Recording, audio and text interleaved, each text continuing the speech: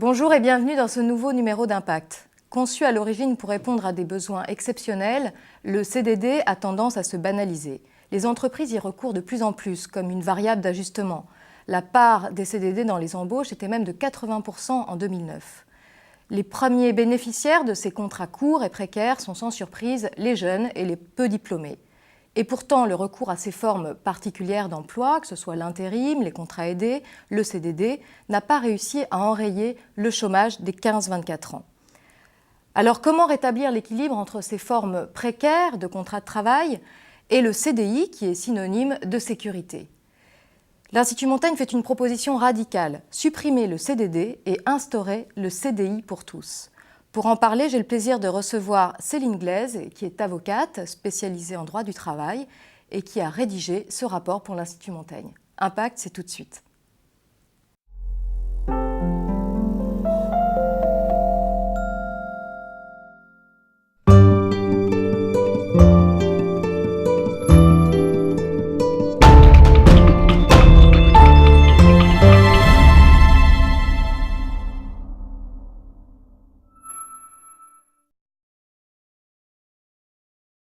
Céline Glaise, bonjour. Bonjour. Merci d'avoir accepté notre invitation.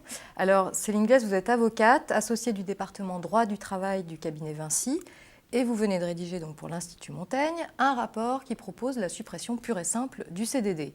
Alors justement, au moment où les entreprises recourent de plus en plus au CDD et que ça représente une part importante dans les embauches, pourquoi proposer sa suppression? Est-ce que ça risque pas de fragiliser justement le marché de l'emploi?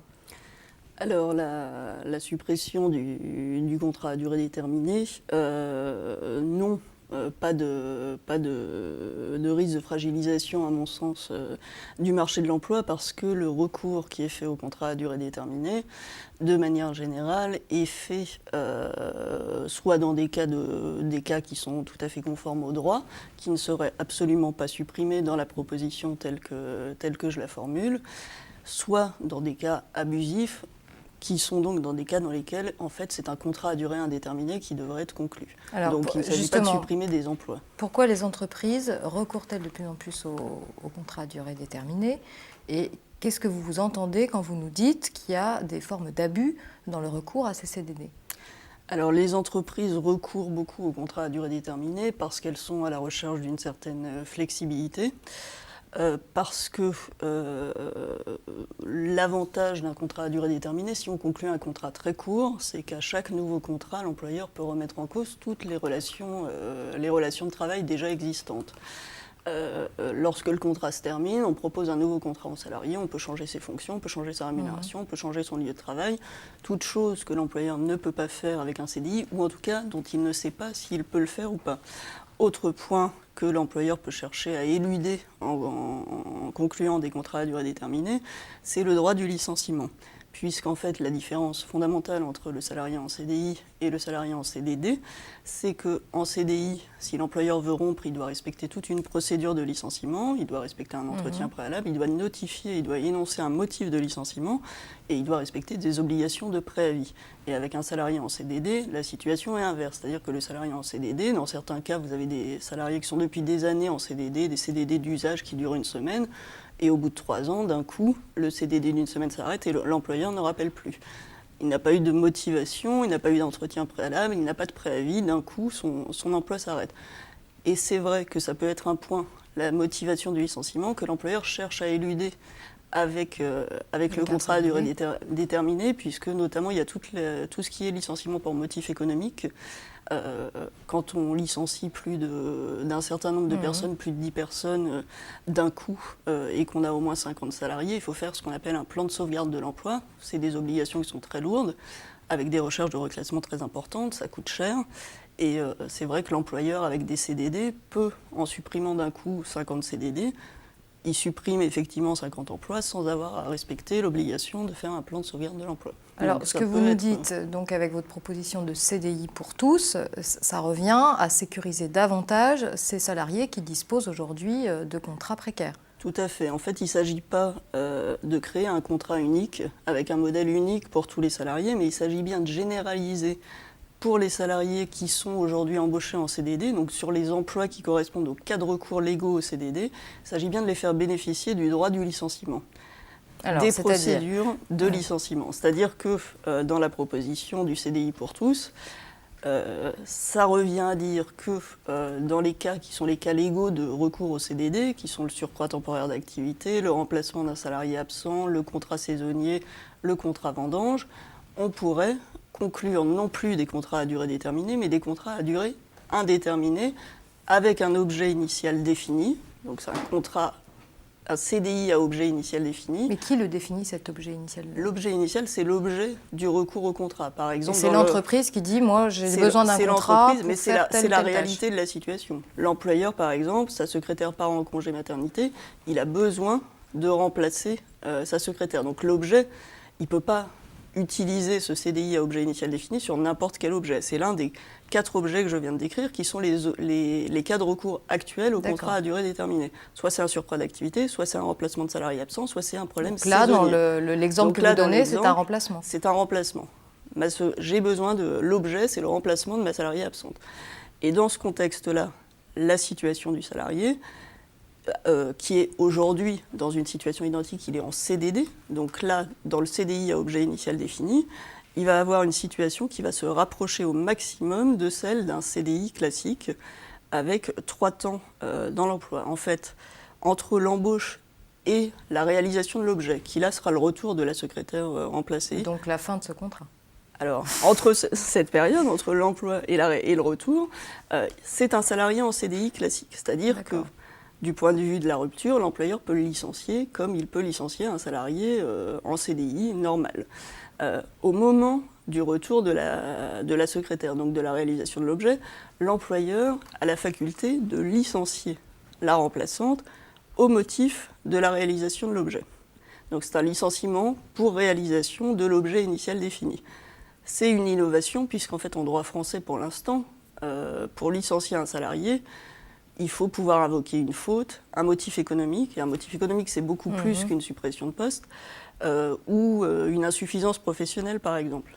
Le retour de la remplaçante, c'est pas vraiment... Donc là, ce sera un nouveau motif. L'employeur a la possibilité donc, de licencier la salariée pour réalisation de l'objet, pour retour de la secrétaire, mais en respectant un préavis, l'obligation de motiver la rupture, l'obligation surtout de vérifier qu'il n'y a pas un reclassement qui peut être proposé à la salariée et un préavis de rupture.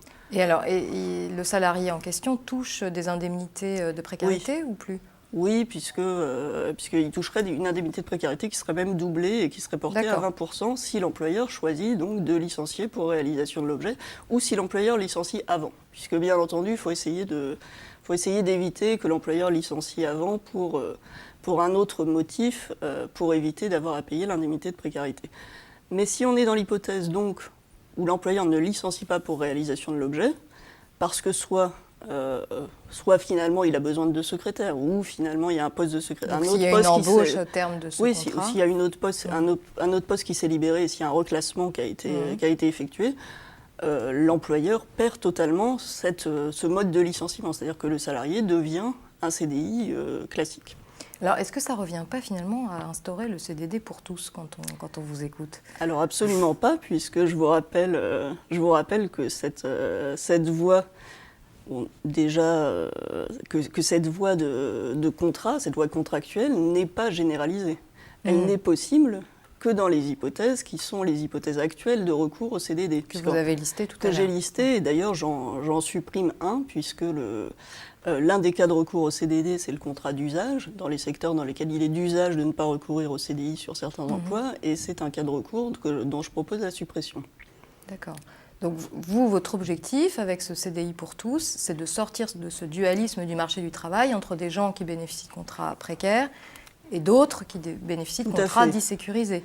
Oui, l'idée, c'est déjà de réduire la différence de situation qui est très importante entre les salariés en CDD et en CDI sur le mode le plus important qui est le mode de rupture. C'est d'aligner leur situation au maximum. Maintenant, on ne peut pas véritablement envisager une suppression du contrat à durée déterminée sans prévoir la possibilité, à mon sens, pour l'employeur de licencier pour réalisation de l'objet. Parce qu'il y a vraiment des cas dans lesquels l'employeur a besoin d'un contrat de courte durée. Dans ce contexte, il faut l'encourager par le doublement de l'indemnité de précarité, par l'obligation de reclassement. Il faut l'encourager à essayer de conserver le salarié en poste. Mais un employeur tout à fait de bonne foi qui n'a pas besoin de deux secrétaires, il ne faut pas l'obliger. Si on supprimait le CDD de manière sèche, ça l'obligerait à garder les deux secrétaires alors qu'il n'en a quand la salariée en congé de maternité. Donc c'est un juste milieu entre les deux formes de contrat. C'est surtout comment aligner les situations des CDD et des CDI au maximum faisable, je dirais. C'est supportable pour l'employeur. Et supportable pour l'employeur sans contrainte particulière, puisque l'employeur a une sorte d'avantage aussi dans ce système. Certes, il a des contraintes liées à toute la procédure de licenciement, au doublement de l'indemnité de précarité. Il a un avantage, c'est que pendant la période entre l'embauche et la réalisation de l'objet, le salarié, la remplaçante étant censée être en CDI, il a la possibilité de la licencier comme il licencierait une salariée en CDI classique. Ce qui n'est pas le cas aujourd'hui, puisqu'en fait, avec un contrat à durée déterminée, passer la période d'essai, on ne peut licencier que pour une faute grave. En fait, contrairement à ce que pensent beaucoup de gens, il est plus facile de rompre un CDI qu'un CDD. Ah bon, pourquoi ? Parce que, tout simplement, si vous faites un CDD de 6 mois, par exemple, si un employeur conclut un CDD de 6 mois avec un salarié, ça peut être vraiment parce qu'il a besoin d'un salarié pendant 6 mois, ou ça peut être parce qu'il se dit « ma période d'essai est trop courte et moi je préfère essayer le salarié pendant 6 mois ». Auquel cas, c'est un recours abusif au CDD.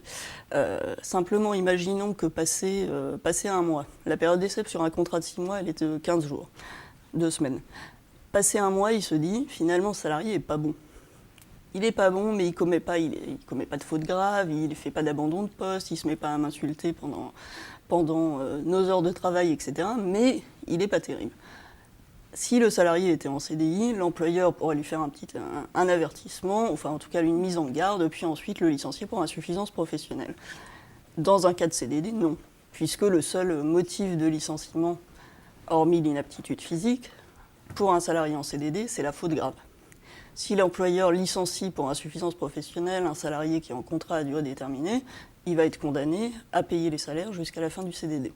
Alors, on voit bien l'avantage de l'employeur dans ce dispositif. Est-ce que vous pouvez éclairer l'avantage qu'aurait le salarié dans cette forme de contrat à objet initial défini ? Alors, par rapport à son contrat à durée déterminée, il est quand même assez clair, puisque c'est l'avantage d'avoir les garanties procédurales du licenciement, d'avoir l'entretien préalable, d'avoir une notification écrite, ce qui lui permet quand même de vérifier la réalité de la motivation. Si on indique dans le courrier que le surcroît temporaire d'activité s'est terminé, et que si c'est marqué, si c'est ce qui motive le licenciement et que le salarié se rend bien compte que pas du tout, il aura plus tendance à dire non, c'est faux, et à contester la rupture, éventuellement, en tout cas à faire valoir ses droits au maintien de son contrat ou à faire reconnaître que la rupture est abusive. Et d'autre part, il y a une obligation de préavis qui n'existe absolument pas aujourd'hui, puisque aujourd'hui pour les CDD, on leur remet simplement leur document de fin de contrat, c'est fini, il n'y a aucun préavis. Et troisième point, c'est l'obligation de reclassement qui n'existe absolument pas aujourd'hui pour un salarié. Le CDD s'arrête, le contrat, la relation de travail s'arrête. Et dernier point, bien sûr, c'est le doublement de l'indemnité de précarité. Donc il y a quand même un certain nombre d'avantages non négligeables. Et comment cette proposition peut-elle être accueillie par les partenaires sociaux, d'après vous ? Alors, ça risque de coincer un petit peu ? Je pense que oui, effectivement, ça dépendra des partenaires sociaux, mais ce qu'il faut savoir, c'est que les règles sur le contrat à durée déterminée résultent en grande partie d'un accord syndical, interprofessionnel. Donc on va dire que les grands syndicats, que ce soit patronaux ou salariaux, sont signataires de cet accord et ne sont pas forcément très décidés à le voir mettre en œuvre, notamment le MEDEF a l'air fortement opposé parce qu'en fait, ils aiment bien le contrat à durée déterminée et l'idée d'avoir des salariés qui sont jetables, entre guillemets. Alors, je ne sais pas exactement, mais en tout cas des salariés qui ne s'imaginent pas qu'ils vont rester. D'accord. L'idée d'avoir des salariés qui n'ont pas de perspective et qui ne viennent pas en se disant je vais rester. Manifestement, ça leur convient. Au niveau syndical, salarial, j'ai l'impression qu'il n'y a pas forcément d'adhésion à ce projet, mais notamment parce qu'il y a une crainte naturelle à voir précariser le contrat à durée indéterminée, ce qui n'est pas l'objet, puisque là, les salariés en contrat à durée indéterminée, en dehors des cas de recours particuliers, leur situation n'est absolument pas changée. D'accord. Est-ce que dans le climat actuel, est-ce qu'il y a un parti politique qui serait plus preneur de ce type de proposition qu'un autre ? Alors, franchement, je n'en ai aucune idée. Je sais que je crois savoir que l'UMP avait toujours été intéressée par les notions de contrat unique, mais vous l'avez dit, c'est pas tout à fait les contrats uniques. Et en fait, les propositions de contrat unique, il me semble, qui existent, ont toujours eu un peu pour objet vraiment de révolutionner le droit du travail, c'est-à-dire de supprimer un peu tout ce qui existe en matière de licenciement. Par exemple, on avait eu le CNE. On s'en souvient. Voilà, où on n'avait pas d'obligation de motiver la rupture. Donc c'est quand même quelque chose, c'est un peu l'idée du contrat unique, ce qui est sous-jacent dans les propositions de contrat unique, c'est pas d'obligation de motiver la rupture. Dans le dernier... Donc ça fragilise beaucoup plus le salarié. Ah oui, et puis c'est vraiment une remise en cause totale du droit du travail. Donc je pense que l'optique des propositions de contrat unique, c'est beaucoup de simplifier simplifier beaucoup la vie de l'employeur. Là, dans la proposition qui est faite, il y a aussi une optique de simplification et de clarification de la situation pour l'employeur. Ce n'est pas du tout une proposition qui est exclusivement destinée à favoriser la situation des salariés, mais c'est nettement moins orienté et je ne suis pas sûre que ça séduise forcément. Voilà. D'accord. Écoutez, merci beaucoup pour ces explications. Je vous en prie. Et à bientôt pour un prochain numéro d'Impact.